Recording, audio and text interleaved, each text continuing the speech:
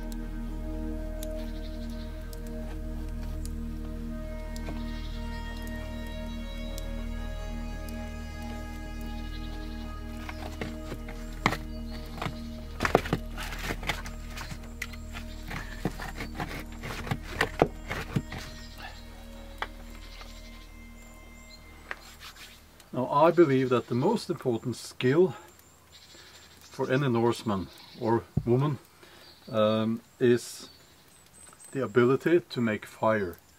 And maybe the most important item that you would, your most valuable item, something that you had to have, was a fire steel or fire striker. And I happen to have one here. I have several actually. And now let's see if we can find, yeah, we have, okay, I'll bring the camera closer and I'll give you a close-up of what I have here. Well, it's a bit of a mess in here now. Here's my fire striker. There is a flint here somewhere. Here's a flint. Here's a quartz. And I have some fat wood. I don't have much. I seem to have been lazy. I used all the dried grass. So let's see if we can still make a bundle out of this. I'm sorry for the tin, it's not historically correct, but anyway, here's a piece of amadou, and we use this to light fire. Rough up this surface a little bit. Before we move on, can I just bring your attention to the Swedish edition of the first of the Jomsviking novels. It's been out for, I think, just days. It's been translated and now it's available. So that's the Swedish edition. And also there's a link in the video description if you have a question when it comes to if my novels are available in your language. Go to that link. It will bring you to one of my websites, and there's a list there that I'm updating it as my novels are translated into more languages. Yeah. There is also a petition there that one of you subscribers started because my books are not yet in English at this point. They are not. I hope that will happen in the near future. But one of you started a petition, so you can sign that petition if you want to see my books in English. Okay, let's move on. Sorry, it took a little bit of time.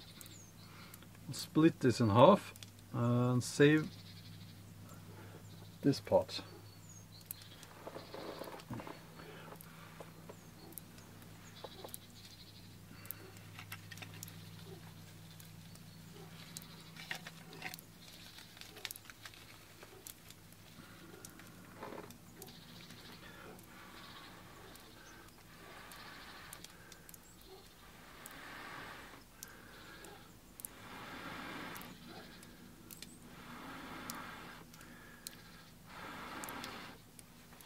I'm not very fond of using amadou because it is scarce in these woods, so I prefer not to use it. But for demonstration purposes, like now, it's okay.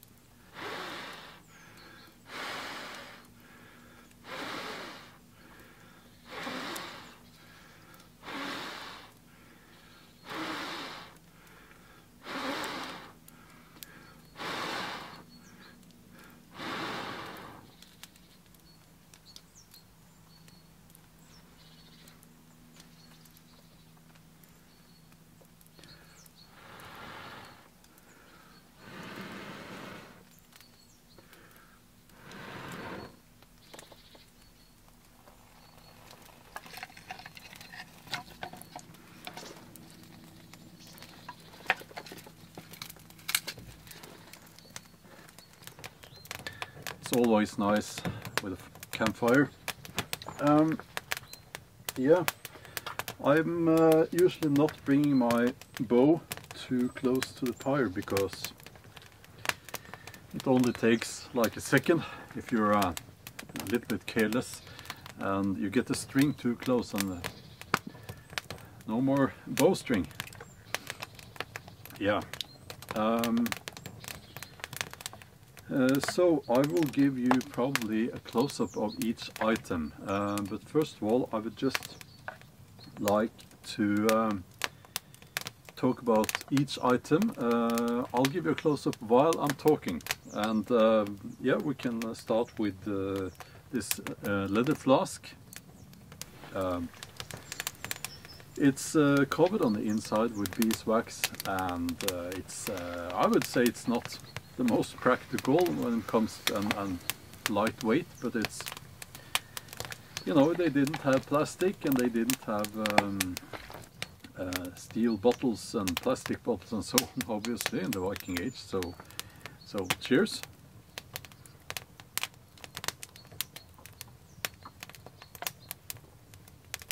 I also have let's see, I'll try to avoid saying things like that because it's quite obvious, isn't it? Sorry. So, okay, that's my leather bottle, and if there is no close-up while I am talking, That's just because I forgot. Yeah, let's see here. Yeah, a leather bottle. You need some water while you're hiking. I have a cup. If you've seen some of my other Viking videos and my bushcrafting videos, you've seen this cup.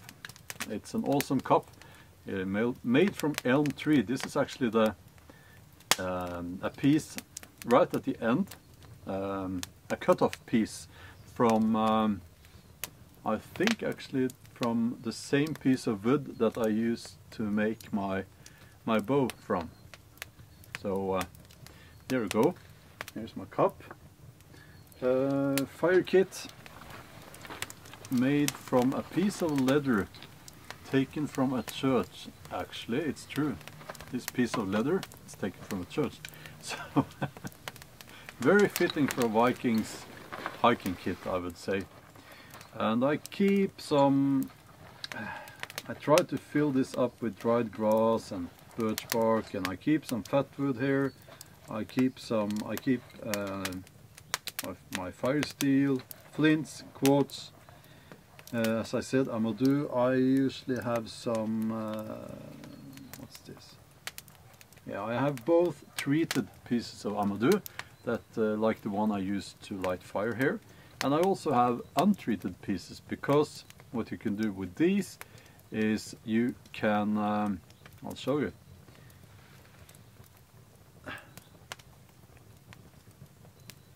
If you light it,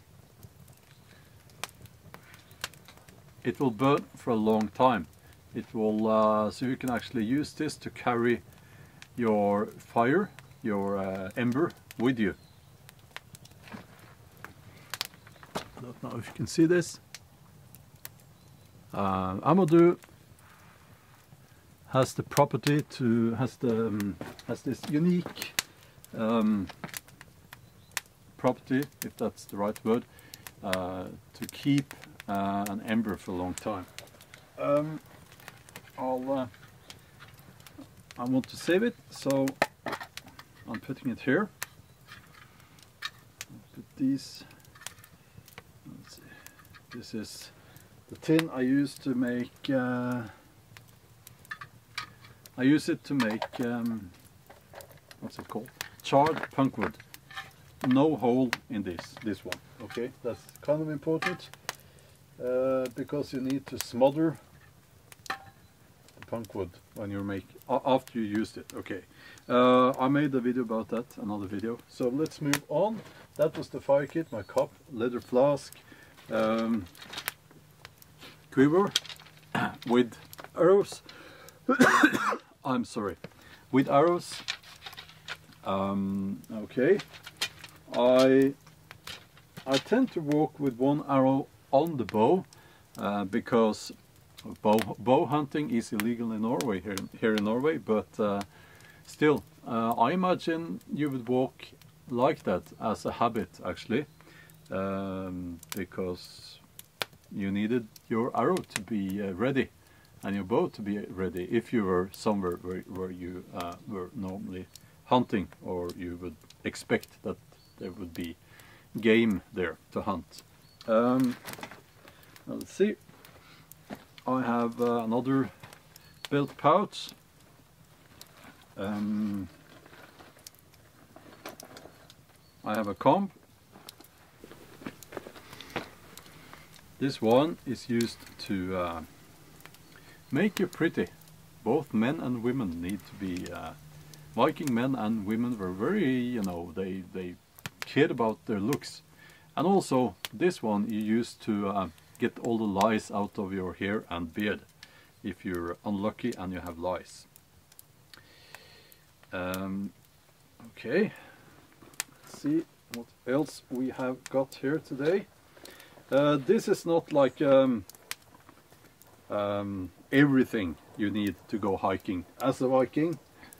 Bit of a rhyme there, or a dad joke, I don't know. Here's some string. Okay, Okay, here's some leather string. Here is some, yeah, we have a little bit of, you can sit on this, you can treat it with, for instance, oils and wax. And hold on, I need to tend to the fire. Okay.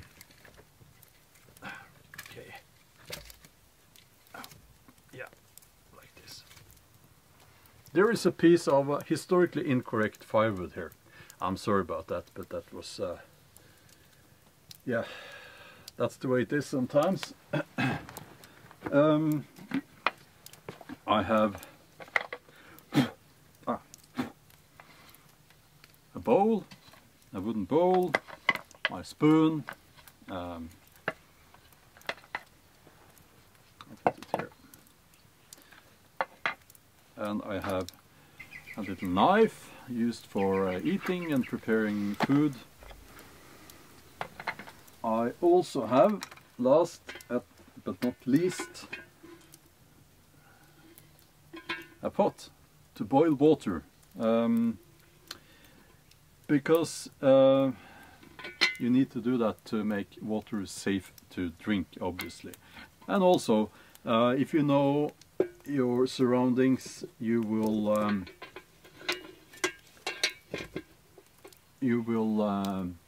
be able to gather plants and make a stew, because it's much easier normally to find plants to eat than to hunt. So there you go. Yeah, and this basket, of course.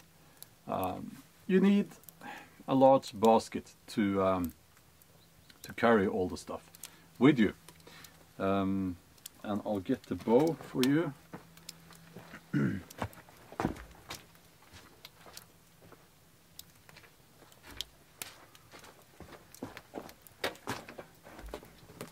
I'll try to be careful. Here it is. I'll put it over here. Okay. Yes, I will also talk a little bit about my clothes. I have been walking around in these woods a lot in Viking garments and Viking shoes.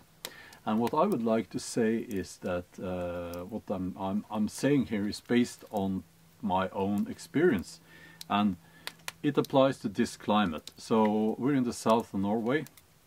We have winters with snow, and we have warm summers. We have rainy autumn months.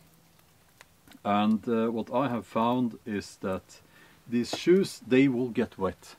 And that's okay in a way. You need to have a change of an extra pair of socks. Now, I was talking with an archaeologist the other day, and she said that I should try to wrap my feet as the way I'm wrapping my shins here, and use a horsehair inlay sole. I think is the right term. Made from horsehair, and you wrap your feet. So I'm going to be trying out that when the winter comes. Wrapping your shins like this is quite convenient actually, because it prevents ticks from crawling up your legs. Well, they can crawl on the outside, but I haven't seen anyone today. I haven't seen anyone, and I haven't seen any ticks today. I have linen trousers today. It's not cold today, so I took my linen trousers. Normally I will use wool trousers. I have a woolen tunic. I have some jewelry, you know, around my neck as well. I have this hood, and yeah, well, under this woolen tunic I have a linen tunic, and this hood is quite good, practical when it comes to it acts as a disguise for the deer flies that we have in these woods. And yeah, so this is a very good piece of garment actually, these hoods. I don't know why we stopped using them. They are very warm, comfortable. Yeah, we should start using these again. Okay, that's about it. Yes, and I am sitting on some reindeer hide, which you know, there's this discussion: did the Vikings use hides, pelts? And you see them using it in the movies and so on. And normally, I think they didn't. But it depends on the climate, and I have started to use it more lately because it's just warm and practical, but it takes ages for it to dry out. I use it in camp. I can, if it starts raining, I can put it in the tent, and yeah, I wouldn't go hiking for days with a pelt like that. It would. In winter I would, but not in wet, under any wet conditions. I would not. Okay, that's about it. I think I need to tend to the fire again. Hold on. I almost forgot. I carry a sax, this long knife here, sideways, like this, which is quite practical actually. And I have this smaller pouch here.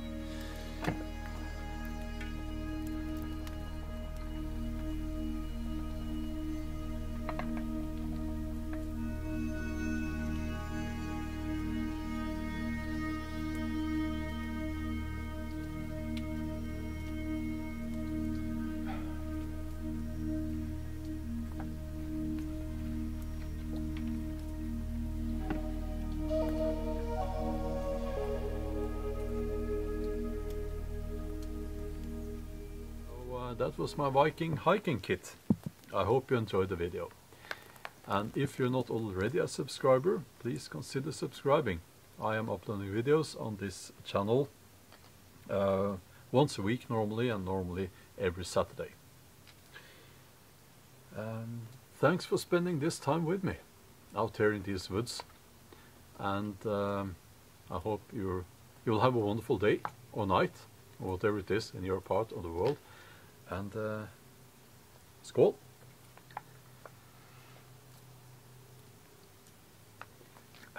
I hope to see you in the next video.